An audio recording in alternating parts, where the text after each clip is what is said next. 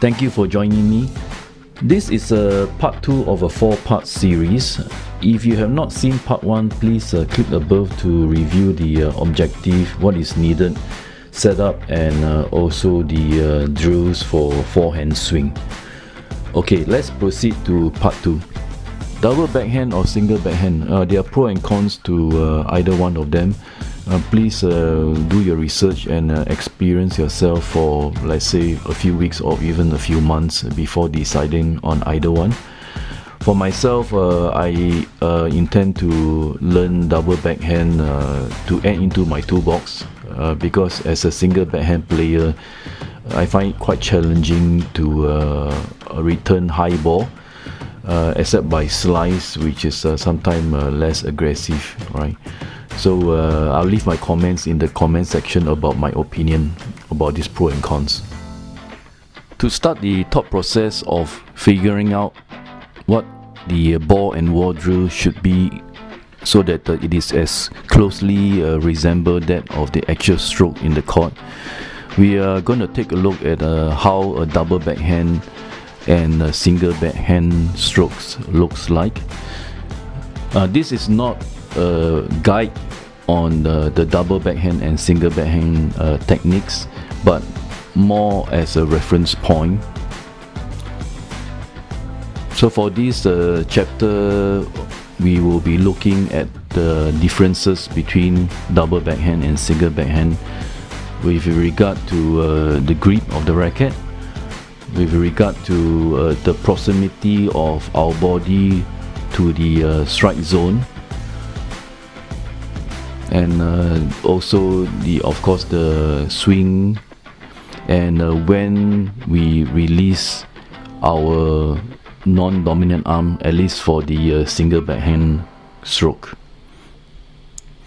But anything else is quite similar, right?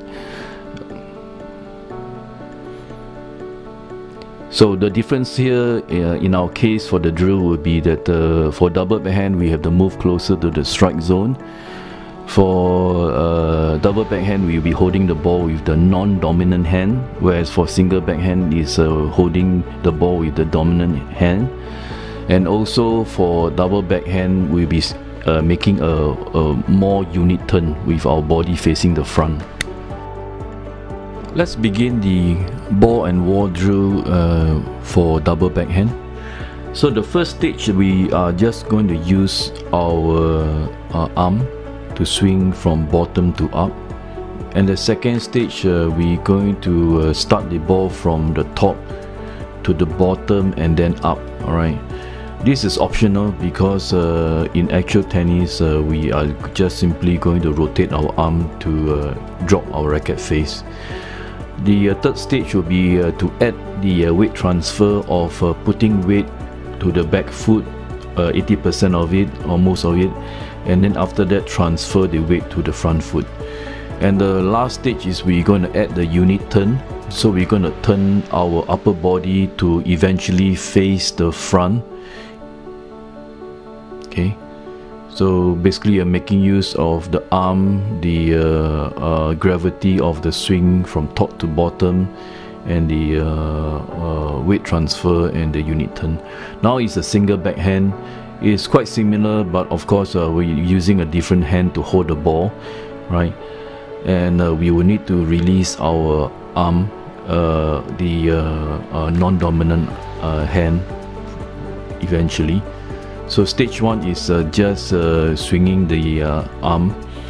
The stage 2, again optional, we're going to start from the top and drop down and then swing forward. Okay, again it's just the arm, although my leg seems to be moving. Then third stage eventually will be we're going to add the weight transfer from back to front foot. Don't forget to start with the weight more on the back foot. Alright, sometimes we forget to do that.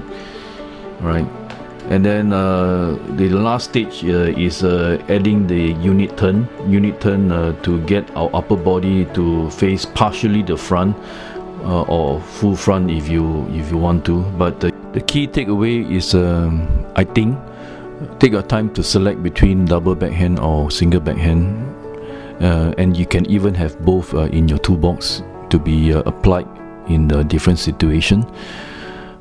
Do training constantly, alright? So with a ball and wall in space, you can train anytime, anywhere, even when you're traveling on work. Focus on your swing path, make use of gravity, weight transfer and unit turn. Increase distance for more challenges, and constantly self-evaluate on the way you swing, the movement of your body, whether you are feeling stable throughout the swing. This concludes part 2 of this 4-part series. Do look out for part 3 next week about the strike zone and footwork to get into the strike zone. Any comments about backhand versus forehand, please leave comments below. Alright, thank you. Take care.